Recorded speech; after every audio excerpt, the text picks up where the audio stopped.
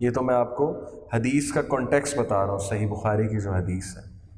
اللہ کے بارے میں پازیٹیو سوچنا بہت ضروری ہے، بہت ضروری ہے۔ اللہ سبحانہ و تعالیٰ قرآن مجید میں کہتے ہیں، کہہ دیجئے میرے بندوں سے جنہوں نے اپنی جانوں پہ ظلم کیا ہے، لا تقنطوا من رحمت اللہ، اللہ کی رحمت سے مایوس نہ ہو جاؤ۔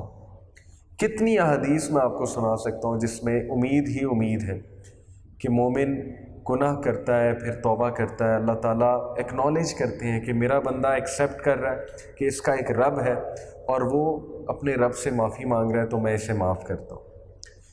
اس طرح کی حدیث بھی آپ کو ملیں گی کہ بنی اسرائیل میں ایک شخص تھا جس نے 99 قتل کیے، پھر اس نے 100 قتل بھی کیے، لیکن اللہ سبحانہ و تعالیٰ نے اس کو بھی معاف کیا۔ اس طرح آپ کو یہ حدیث بھی ملے گی کہ اللہ سبحانہ و تعالیٰ فرماتے ہیں کہ اے ابن آدم، اگر تیرے گناہ زمین سے آسمان تک کی ہائٹ تک ہوں اور تو مجھ سے توبہ کرے، سچے دل سے استغفار کرے تو میں معاف فرماؤں گا۔ تو اللہ کی رحمت سے کبھی بھی مایوس نہ ہوئیے، کبھی بھی مایوس نہ ہوئیے۔ یہ شیطان کا سب سے بڑا وسوسہ ہے۔ شیطان سب سے پہلے آپ کو یہ کہے گا گناہ کروا کے یا نافرمانی کروا کے، یا انسان جب ان ایکسپیکٹیشنز پہ نہیں چلتا جو اس کی اپنے آپ سے ہیں، تو سب سے پہلے وہ آپ کو ریگریٹ اتنا زیادہ فیل کروائے گا۔ حالانکہ ریگریٹ فیل کرنے میں، ندامت فیل کرنے میں کوئی حرج نہیں ہے، لیکن ضرورت سے زیادہ ندامت فیل کرنا وہ آپ کو نیگیٹو سائڈ کی طرف لے جائے گا۔ اور شیطان الٹیمیٹلی آپ کو یہی وسوسہ ڈالے گا کہ اللہ تو تیری سنتا ہی نہیں، اللہ تو تجھ سے محبت ہی نہیں کرتا، اور تو ناپاک ہے، تیرے تو اتنے گناہ ہیں، تیری تو اتنی نافرمانی ہے۔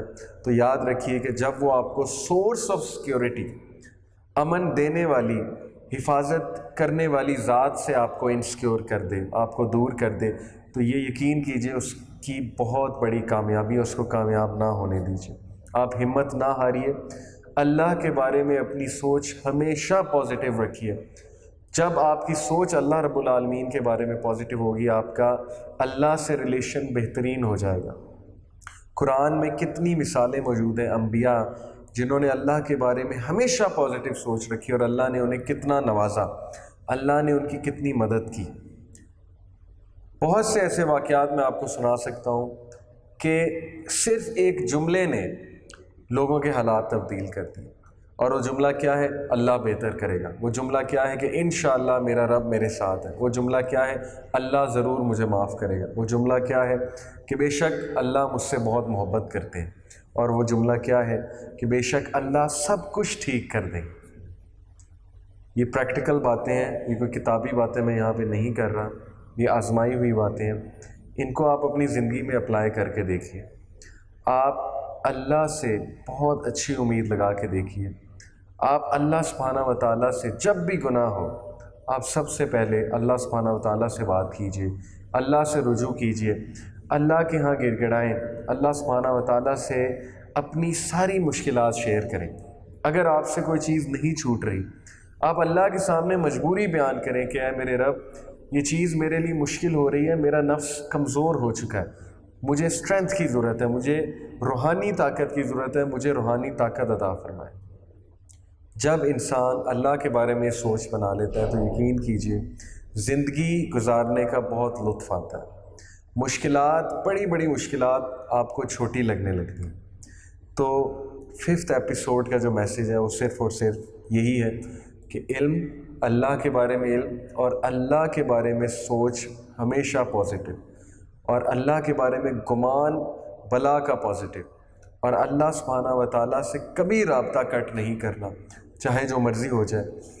ایک بہت مشہور ہمارے رائٹر ہیں، بڑا خوبصورت ان کا کوٹ ہے، وہ لکھتے ہیں کہ زندگی میں بڑی سے بڑی حماقت کر لینا، لیکن کبھی یہ حماقت نہ کرنا کہ آپ یہ سوچنے لگو کہ میرا رب مجھے معاف نہیں کرے گا، یا کبھی یہ حماقت نہ کرنا کہ آپ یہ سوچنے لگ جاؤ کہ میرا رب مجھ سے نفرت کرتا ہے۔ یہ شیطانی وسوسہ ہے۔ اپنا خیال رکھیں بہت سارا، اور زندگی میں زیادہ پریشان نہ ہوا کریں۔ پریشان ہونا نارمل ہے، پریشان رہنا انسان کا اللہ کی رحمت پہ یقین نہ ہونے کی نشانی ہے۔